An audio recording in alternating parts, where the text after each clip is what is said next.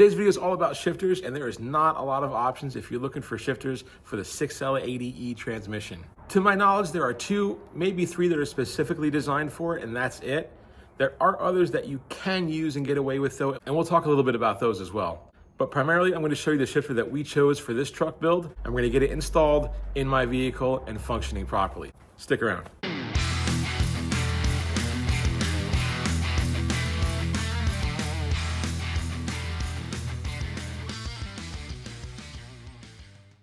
What's up, YouTube, and welcome back to In the Shop TV. For all you viewers that have never tuned in before, my name is Mike, and that's my 1955 Chevy truck project I've been building for about 2 years now. And for all the other viewers that have been here all along, welcome back. Well, you heard correctly in the opening scene, there is not a lot of shifter options for the 6L80E transmission, which is what we have here in this truck. When I was researching it myself, I was kind of like disappointed that I really couldn't find anything. But that doesn't mean that there aren't other options that you can use and adapt to make work with this transmission. And we'll go over that to the best of my ability too. So right now I'm gonna get you turned around. I'm gonna show you the shifter that we picked out for this truck. We'll talk a little bit about its features and what it does. And we'll talk a little bit about the other shifters that you might be able to adapt to a 6L80E transmission. But this is really gonna be an install video. We gotta get it installed in there and working properly and adjusted properly. And we've gotta do a little bit of fabrication because as things are, it's just not gonna work out properly. So let's get to it.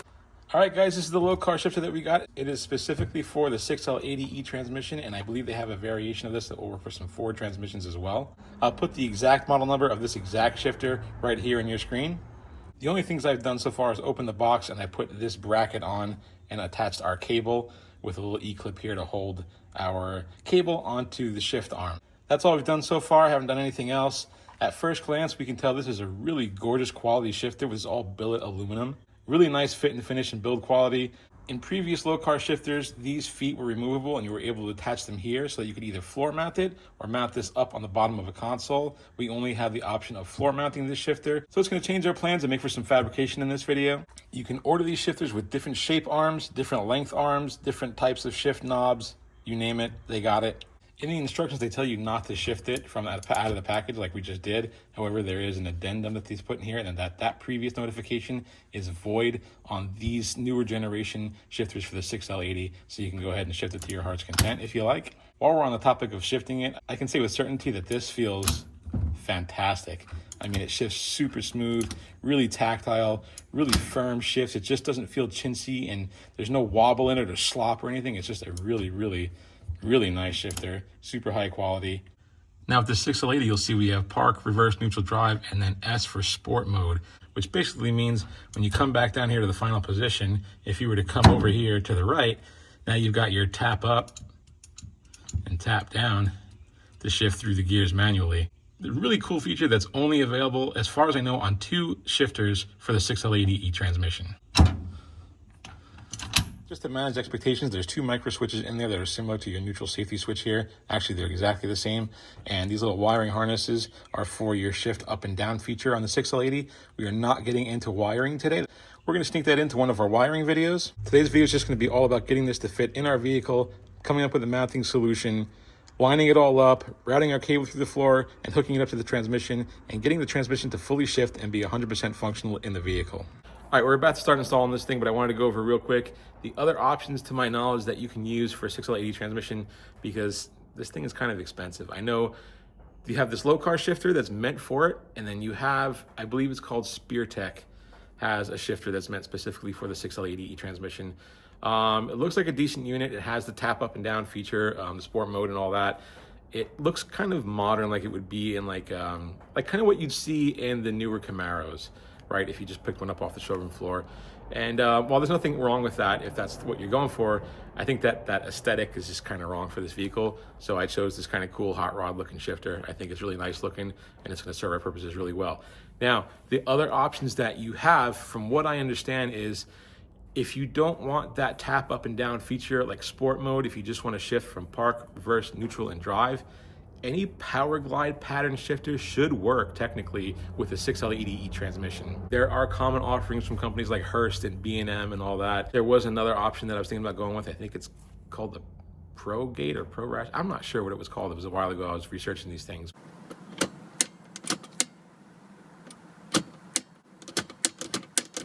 I decided to go with this instead. Like I said, the pros to this thing is that the construction is absolutely incredible. It's very, very nicely done. A totally solid unit. Really pricey, man. This is not a sponsored video. Hopefully it's worth the money that we paid, but just keep that in mind. As of today, these things are currently about $700 to $800. Yeah, sucks. Such is life though. All right, let's start working on this thing. All right, so I have a laser level set up here on top of just a little plastic box of shrink wrap, and I lined up my shifter directly in line with that laser level and directly in line with the center of my dashboard, which is where my center console is gonna reside. Now I need to get the height just right to work with my center console, so I'm using just a piece of 2x4 metal tubing that I have left over from when I did my step bridges on the frame. And I basically made myself a little riser out of it. There's a piece of wood propped up underneath it right now because I don't have the exact angle that I need, but I did buy a bunch of spacers to get that just right. It'll give me just the right height that I want out of my center console, but if I do want to adjust it up or down a little bit, I always have the option of shimming the actual shifter feet with some washers where the bolts are. So I just made 4 marks right there where the feet are on both sides, and to go ahead and get those drilled out first.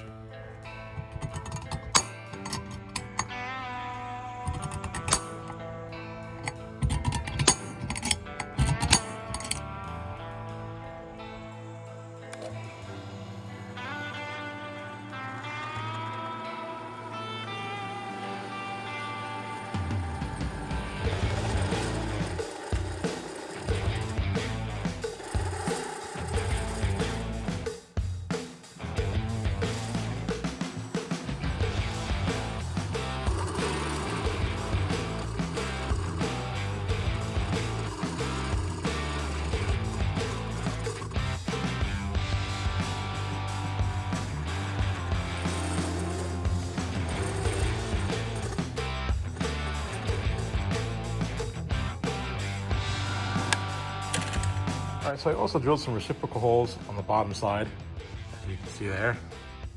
This way, when I lay this down, I can just come on the top of it and then mark right through my holes and get a good lineup.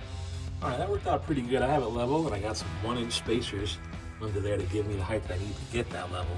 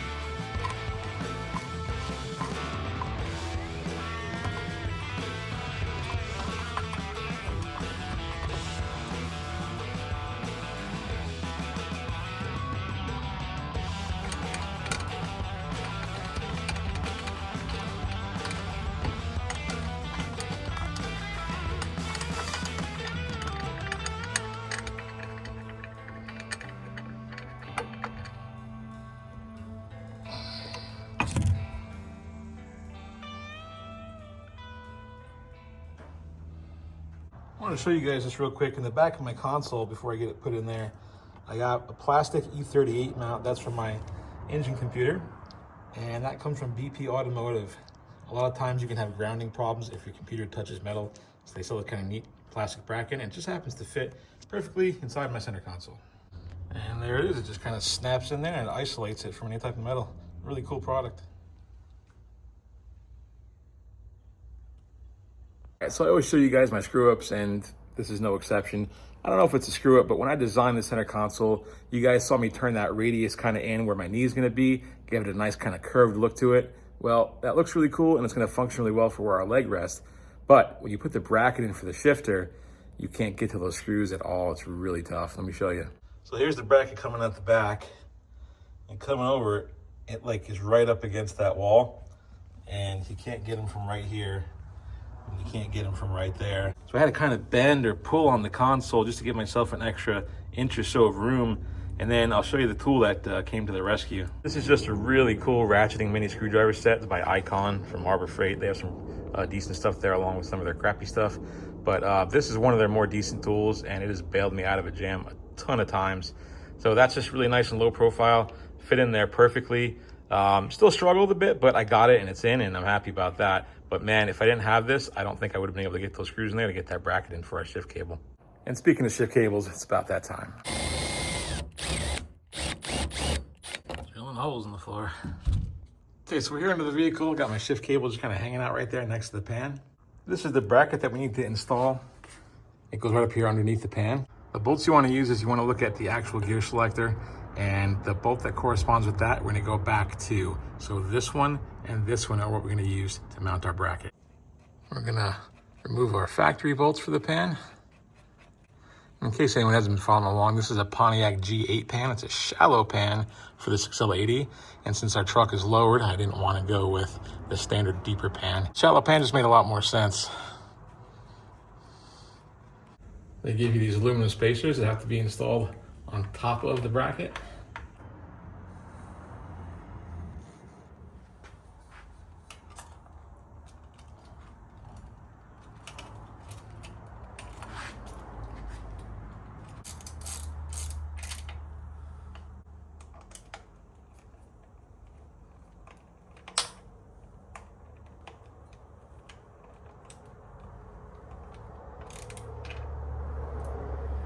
I'm gonna back them off just a little bit so that I can slide this back and forth and get our positioning just right.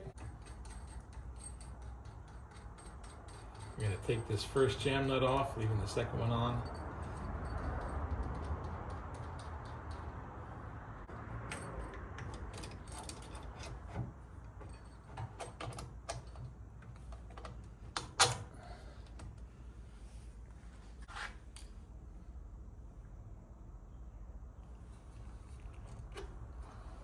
All right, so it's the next day. I had to stop right there because this package from Lokar that came in the box was not sealed, and I guess through shipping and rattling around, I lost some parts in shipping. Specifically, what I lost is the rod end, so I had to go to Napa, source a rod end, pick it up, and the bolt that goes through this rod end to connect to the transmission shift arm.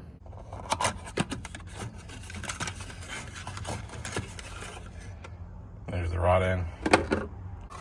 A little cord 20 stainless to connect it to the shift lever. So we'll put the truck back up in the air, get it connected.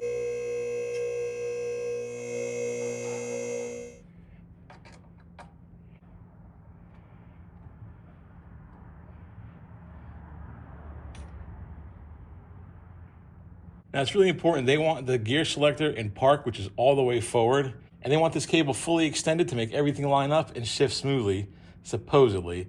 So we are fully extended here, and I'm a little bit short, so I could thread this out and it'll meet up perfectly, but I think I'd rather move this whole assembly forward since I have some cable slack back here. Also, I'd rather have some more thread engagement on this rod end to feel a little bit more safe.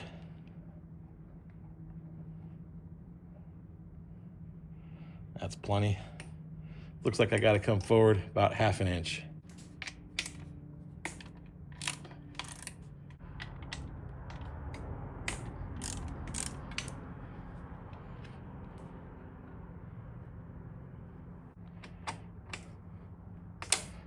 Perfect. So before I tighten any of this up, I'm gonna go ahead and lock this in position right here.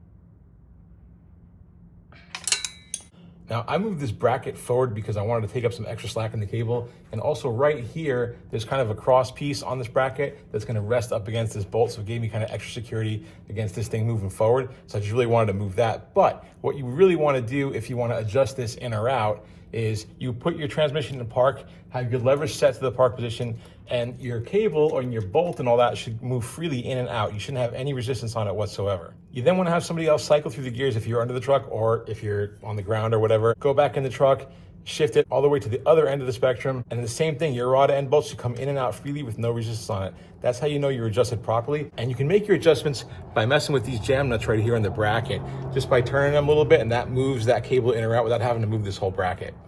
So the last thing I'm gonna do is come up here and drop just a tiny bit of Loctite on our threads.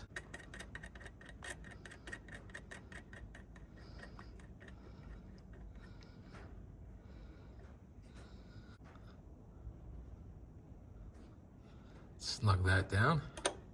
There's also one on top that we already locked down beforehand where it connects to the gear shift lever. One important tip I really want to go over while I'm under here, a lot of people don't ever really talk about this stuff, but when you're tightening down transmission pan bolts and oil pan bolts, try to use a 1/4-inch ratchet and always torque to spec, because a lot of people will use your 3/8 ratchet or 1/2 inch or something crazy like that, and it's very easy to over tighten these. And that's the #1 cause of leaks in transmission pans and oil pans, is over tightening those bolts.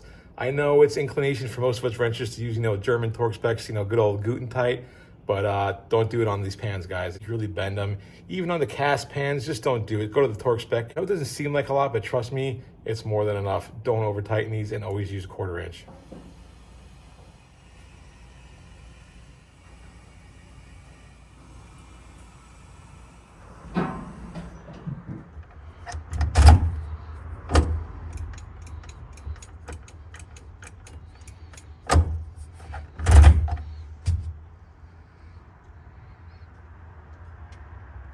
So it's all adjusted perfectly.